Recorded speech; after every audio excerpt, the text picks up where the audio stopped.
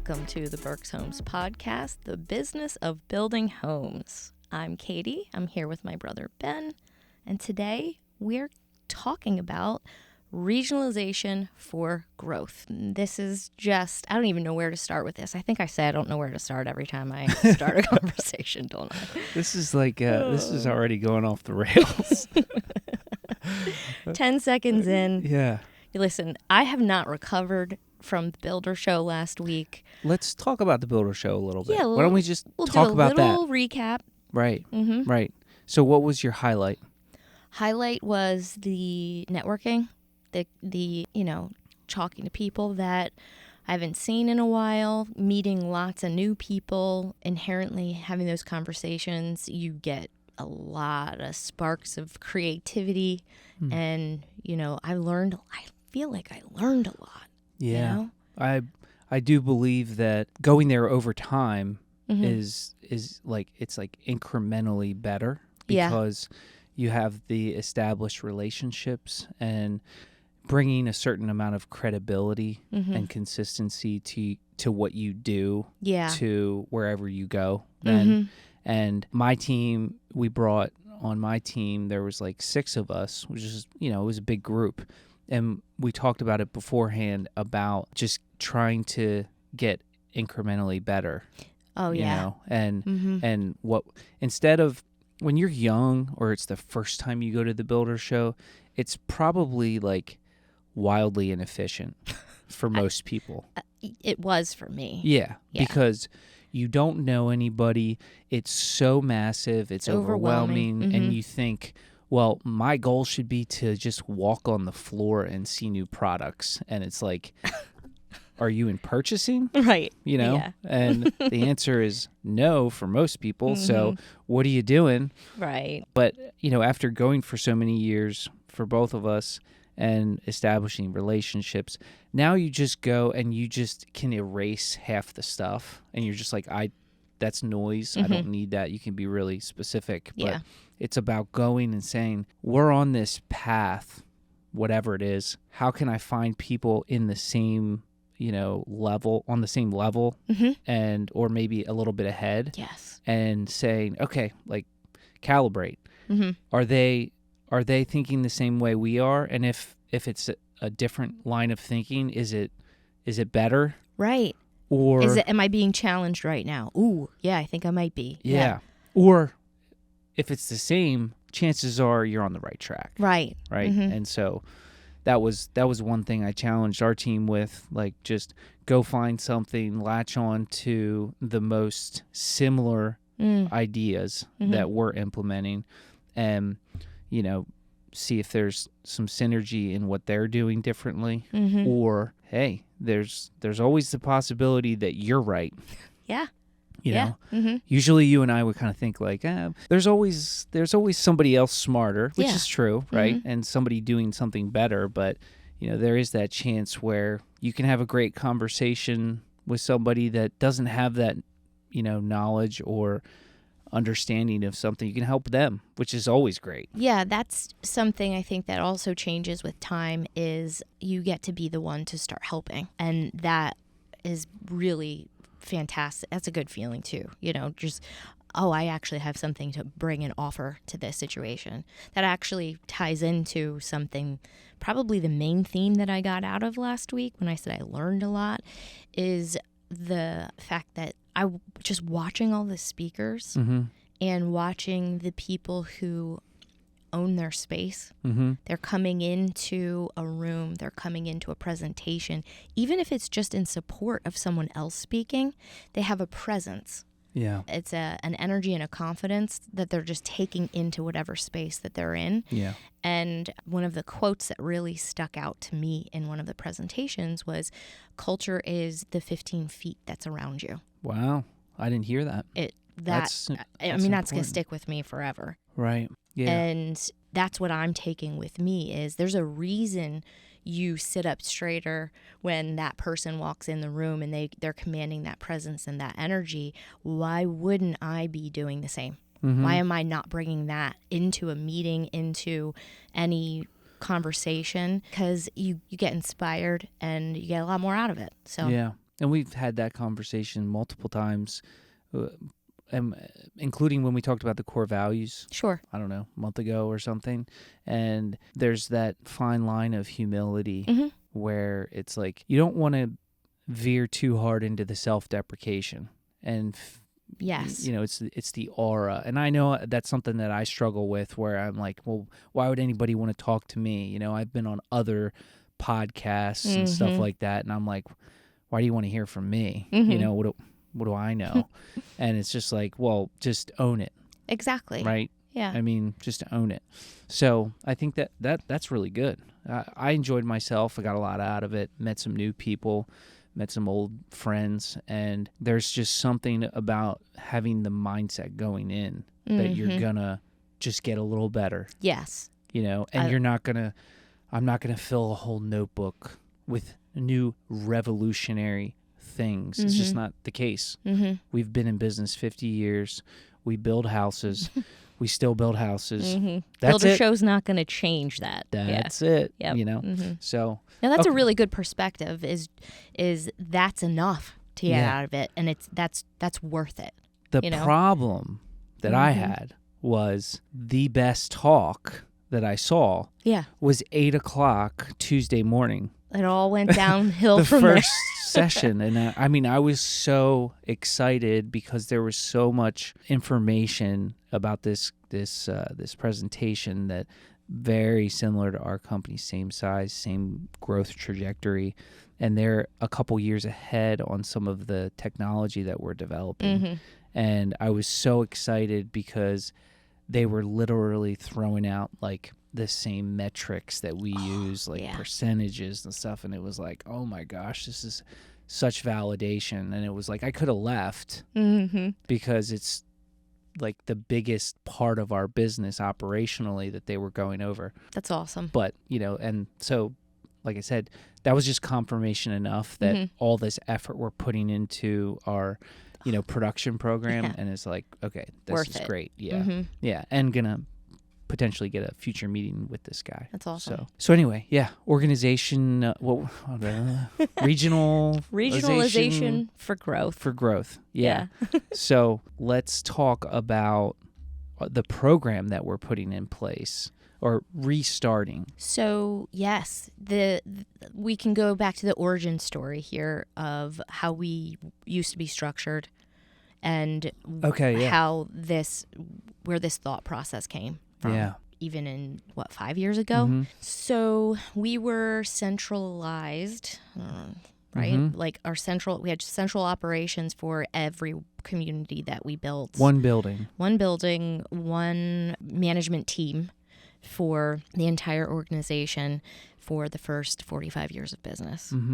And then 5 years ago, we started a plan for growth and long-range planning and who we want to be in the world and all of those things. Right. Making big moves. And we kind of landed, and with the direction of Mike, obviously, Mike Benshoff, our president, right?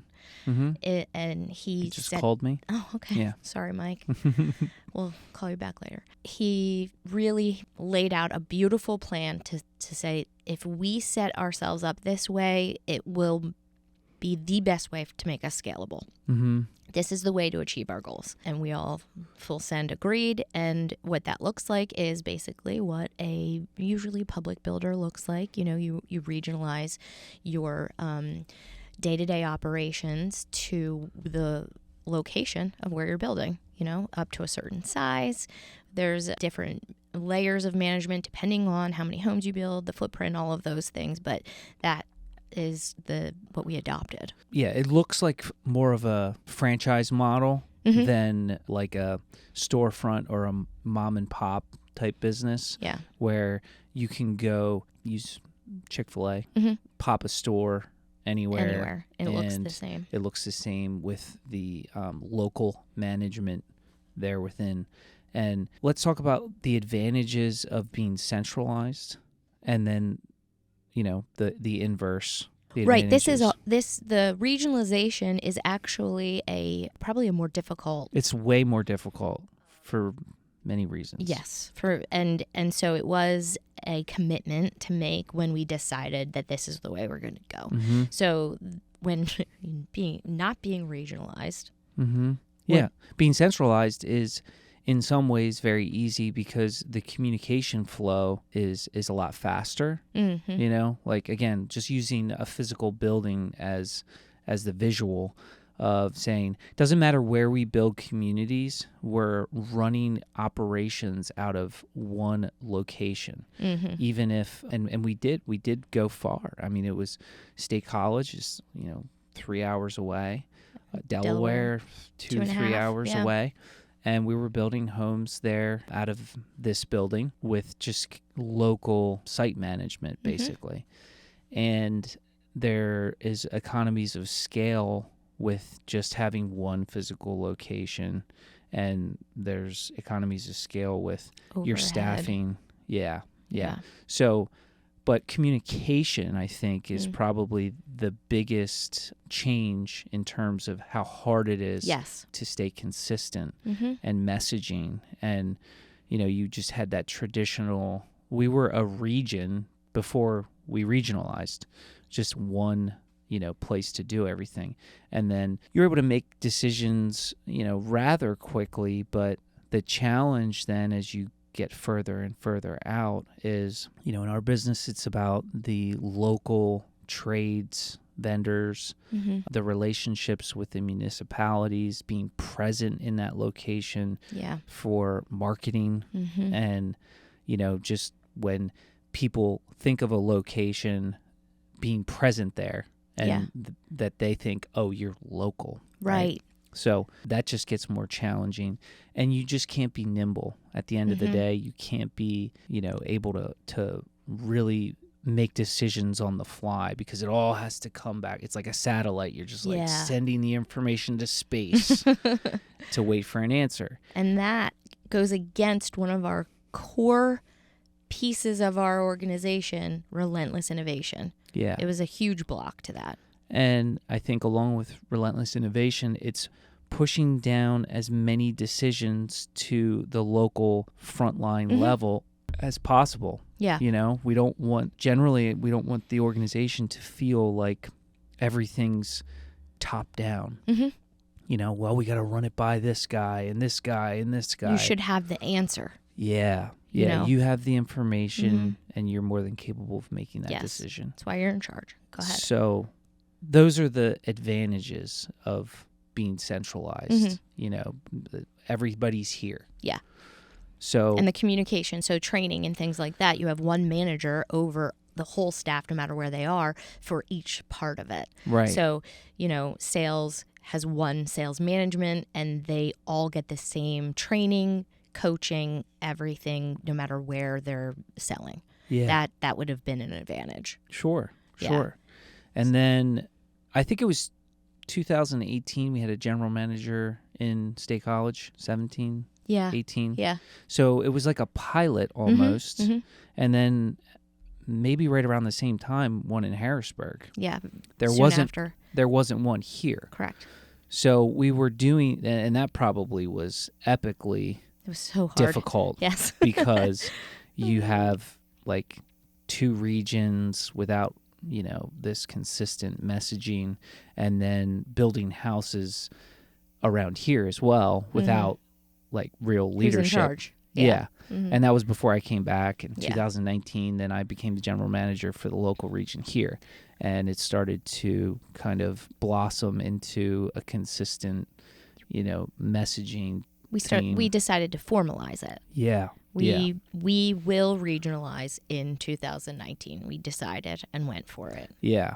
And boy, that must have been dramatic for the home office. Yes, it's been a 5-year journey of highs and lows with trying to stop tripping over each other in the best way possible, because everyone is just trying to make sure we win at the end of the day.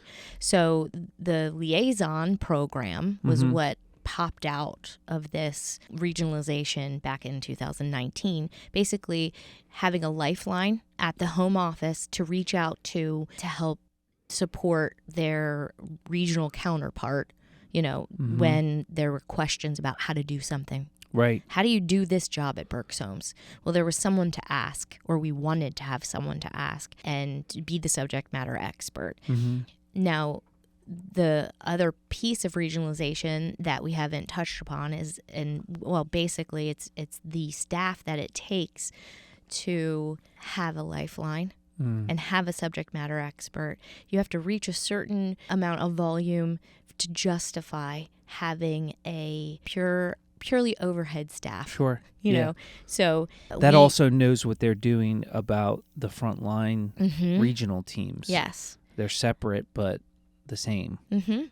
So we are finally at the point now where we have a one-to-one staff member at the home office who's able to be the subject matter expert, trainer, policy and process setter for each regional role. Yeah. And the reason this is so important right now is so that we can standardize all 3 of our regions and create alignment between them so that we can then start our expansion. Right. Get good at 3 so we can get great at 6 later. Yes. And we have a new name for the program. We're rebooting the program. Nobody wants to say liaison. Nobody wants to spell liaison. Nope. Nobody wants to try to explain what that means.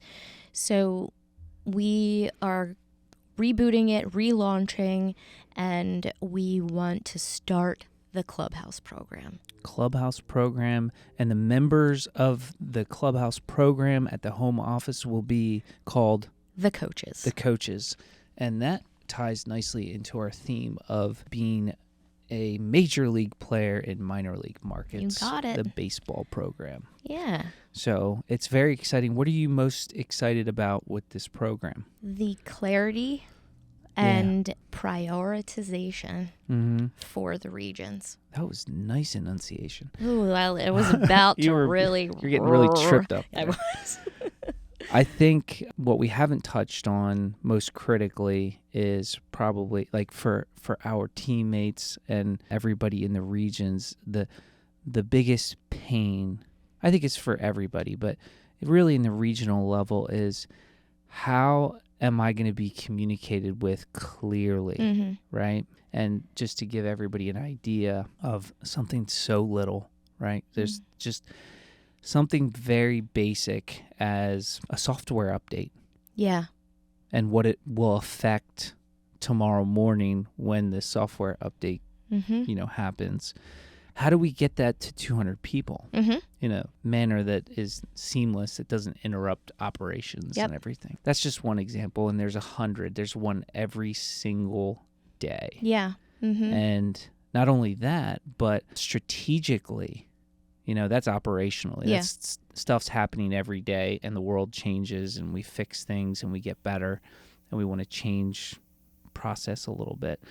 But strategically, how do we say, oh, this is where we're going, and we want everybody to fully understand, right? That's the real difficulty. Yeah, exactly. And I guess we're talking, I said that I'm excited about clarity, for the regions, but also this was an important kind of back and forth and clarification from an email from Tim, TRG, that we were talking about what's in it for them. Because we were saying, well, everybody's really good at selling and building homes already. They're doing a great job. Yeah. This is not to get in their way in any capacity. The idea would be if every region is aligned and following the same priorities, and that's why I'm saying priorities. These are the 10 things that you have to do to be a successful region at Berks Homes. The rest of it, you guys are going to be great at. You know how to sell and build homes. We're not trying to be picky at you. And be creative. Yeah, we want to foster the innovation at a regional level because they're the ones that are in it day to day doing the work. Yeah. So the idea would be to create this support that if they're all aligned, then we have someone that can help all of them whenever they need it. Right. If everyone is doing their role differently, we can maybe support that at 3 regions, but we won't be able to support that at 6, 10. Completely inefficient, too. Yeah, exactly. Right? So we don't want them to innovate the little things. That's like brain damage that doesn't need to happen. Right. You know? But the things that will actually, move the needle for them and change, efficiencies. And I mean, there's a lot that we can get out of the people who are the specialists doing the work and get the annoying stuff out of the way. Yeah.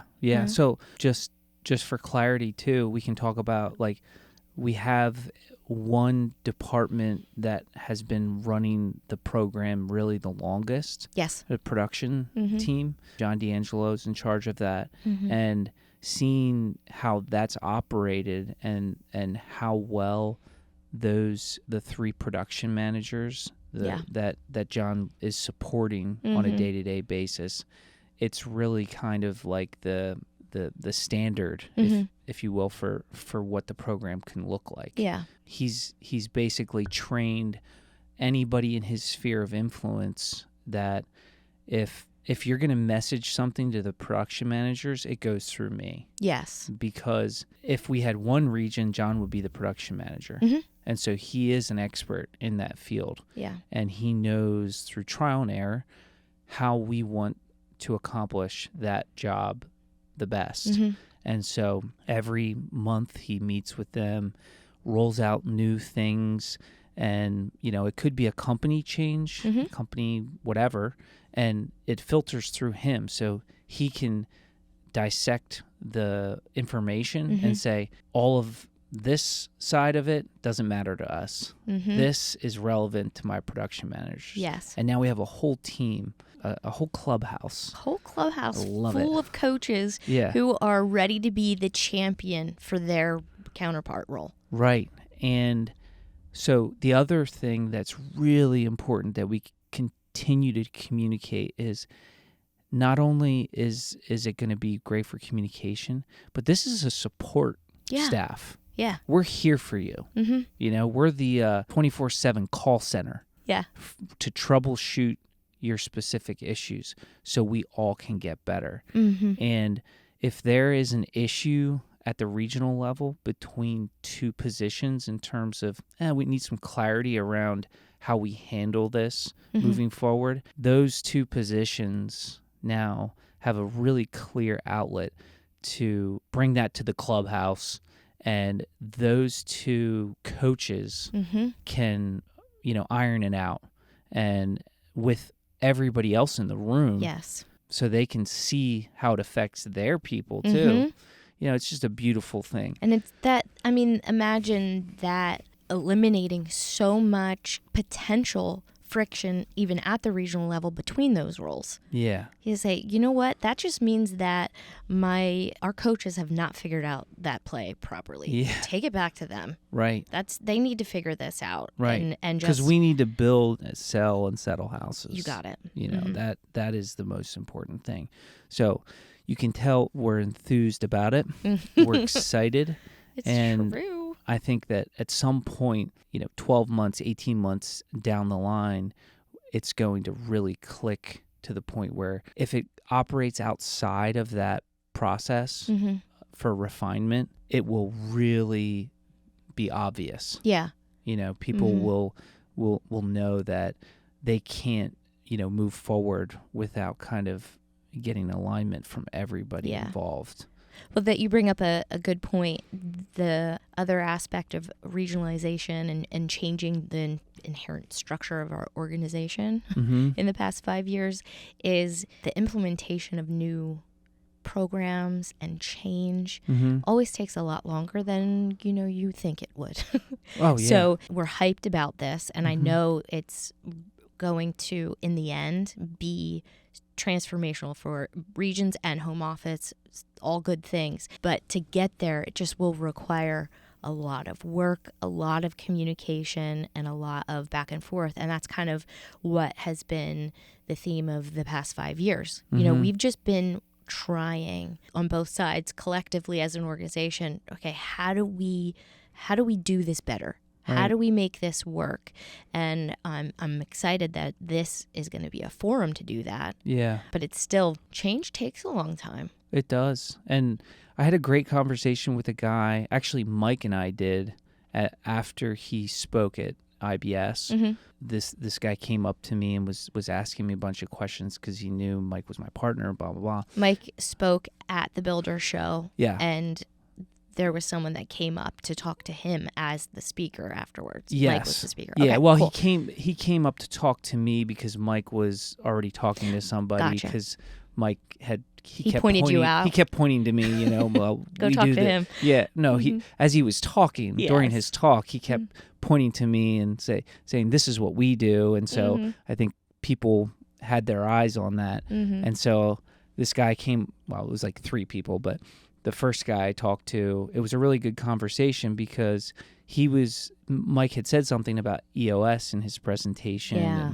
and this guy had 25 employees, and he was really hard set on going to like 50 employees and this revenue, blah, blah, blah. And he had, pursued EOS in the past, and it kind of went to the wayside, Yeah. and he was wondering if it would be worth it. And my point is, I was like, do it now. Yes. And I said, EOS, whatever. I said, whatever you are trying to do to standardize something, do it now. Do it Yes. yesterday. Yes. And I say that so forcefully because it just eliminates a lot of unnecessary pain. And a lot of people will go back and forth with decisions on stuff like that because it is hard. It's a leap to, try and dive into something and learn a process on an operating system on how you want to run your business, because you also have to run your business at the same time. Right. I don't care if you have 1 person or 50, you always have to run your business. Yeah. And then you're trying to also, make it easier. So there's extra effort has to come from somewhere. But my point is, when you can eliminate any of that stuff in any capacity, do it now. Yeah. Right now. And you'll never look back and say, oh, too bad I got set up. Right. Too bad I wasted all that time getting organized. Yeah. And that's not to say that we're not organized. We have a culture of highly organized people to the point of we need to constantly point them in the right direction. That's what this Clubhouse program is. Yeah. It's really taking a group of people who are very excellent at what they do. Yes. And technically sound and know the answers, Mm-hmm. giving them a forum and a voice to say, I know how to handle this. Mm-hmm. And in this lane, I'm the authority. Mm-hmm. And this is how we should do it. Yeah. And then other people acknowledging that and say, yeah, you're right. We're going to do it that way. Mm-hmm. Now we're all good, right? Yeah. And having a team of experts gives the opportunity for them to challenge each other also. And that is a key component to it as well. You know, having everyone be the expert in their lane means that they can defend the impact of what the right thing might be for someone else. Mm-hmm. They might say, yeah, that might work perfectly for you as production, but this is the way it impacts me in sales. So we might need to have a compromise. We should compromise, yeah. Yeah. Or at least throw all the information out there, and you and I will be there as arbiters for the time being, but we've established a format. We've pitched it to the regions, allowing them to have feedback at least early on, and then just going to continue to roll it out. So now you know what we mean when we're talking about coaches and Clubhouse. Yeah. Yeah. It's I'm hyped. Me too. Yeah. Anything else that you wanted to talk about for the program or regionalization for growth? Well, I think just being in that general manager role prior, what I've said to the group and you individually was like that. It should be a real value add. It should be a pressure or taking pressure off of their shoulders, because now you don't have to figure out the basics. It's when I came on in 2019, it was kind of like this just loose framework of what we were going to go do. That was one of the biggest benefits of regionalizing, was it really was the accelerator for growth, because now we had little armies in 3 locations finding land, tying up land, doing deals, and then, managing on the community level, solving problems quickly. So that was all a huge added benefit instantly. We increased our lot count tremendously right away because we had people looking.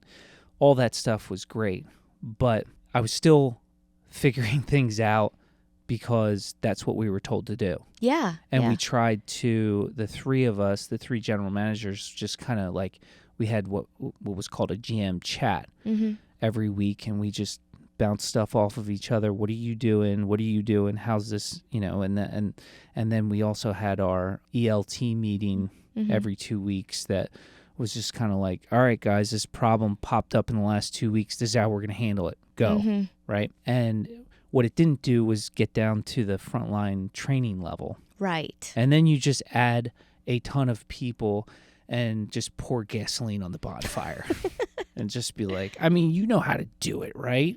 I mean, ask your GM. They'll figure it out. And so what we saw was if we added 4 more regions, we'd be, expanding or expounding on our issues times 4. And so we solved being nimble and being able to solve problems quickly. Yeah. Because of the regionalization, but that we exposed that we didn't have a lot of training and support. Right. Really. Right. And that's what this is. That's the next solve. Number one benefit overall, generalizing the whole thing, is giving you room to be strategic. Yeah. Right? Yep. So all of this is a little bit more of a tactical solution. Yeah. To the day-to-day. Simple things. It allows more room at the region to be strategic, work on people things. Yes. Not, job-specific things, which is where you want to spend your time. You got it. I want to be able to have an unexpected hour-long conversation to solve a big problem with somebody. If I'm just constantly solving little things. Where to put what field to put information in to get a report. Correct. Yeah. No.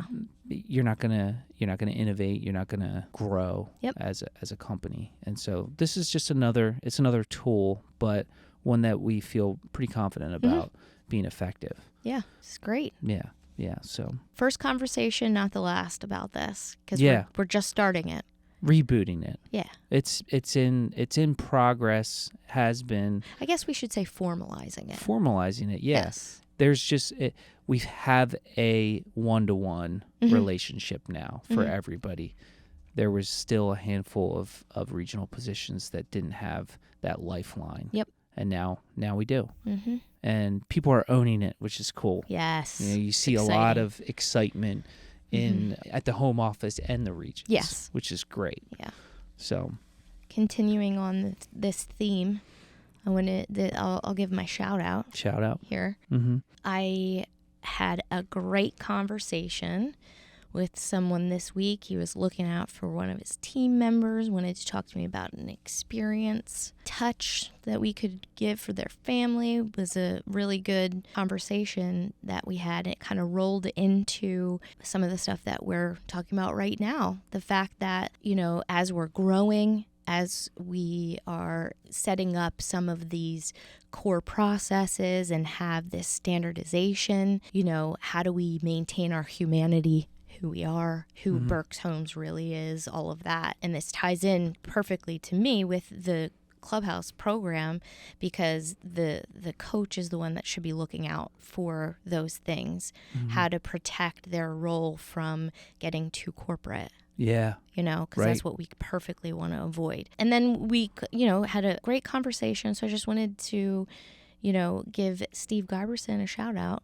for that whole, he thought through it, and I really like where his mind is with it, and we talked about some other things, and he had a great attitude. I was really impressed.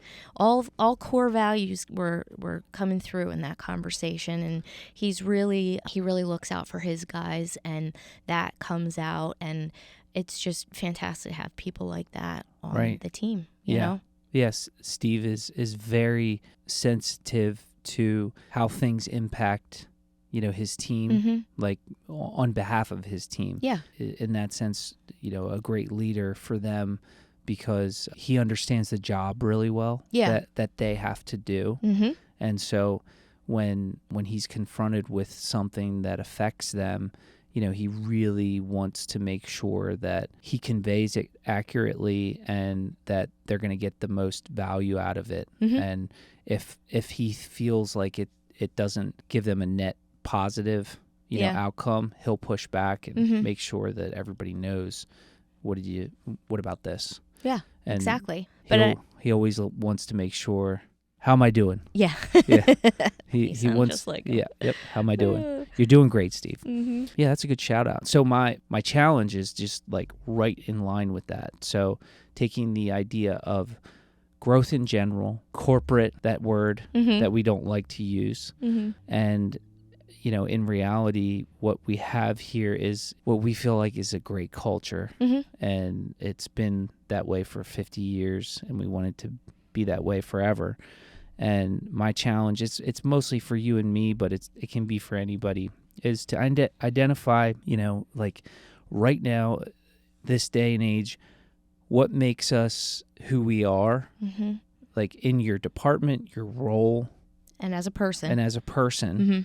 And everybody is very in tune with what the core values are. Yeah. And saying, drawing the line in the sand and saying, we're going to be the same in 10 years, 15, 20 years. So what's my contribution to that? That ties perfectly in with the culture is 15 feet around you. Yes. You bring the culture. Right. So if we're all doing that, it doesn't matter if there's 2 of us or 2,000. Mm-hmm. Yeah. Yeah. We're going to stay the same. The business might look different. It will look different. It has looked different.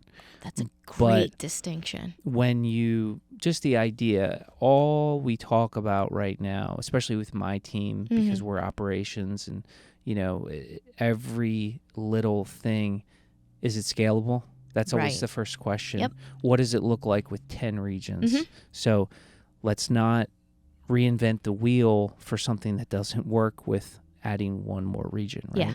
So same thing for the culture and the feel, the quality of the homes, the consistency. When you drive into a neighborhood 5 hours away, is it going to look the same? Is it going to feel the same? Yeah. Are you going to have the same experience? And so my challenge is to all of us to say, right now, what are you going to do to prepare for that in the future? When somebody walks in here, it's going to be the same as it was in 1995. I love that. Yeah. Let's do it. Yeah. Because it matters to us. Yeah. I mean, that's always top of mind. So, yeah, good theme this week. I Man, know. all kind of tied together. We didn't even try that. Man. Good job. Yeah. So, I'll see you next Friday at 1:59 when we talk about what we're going to talk about at 2 o'clock. Just like every week. Have a good one, everybody. All right. See ya.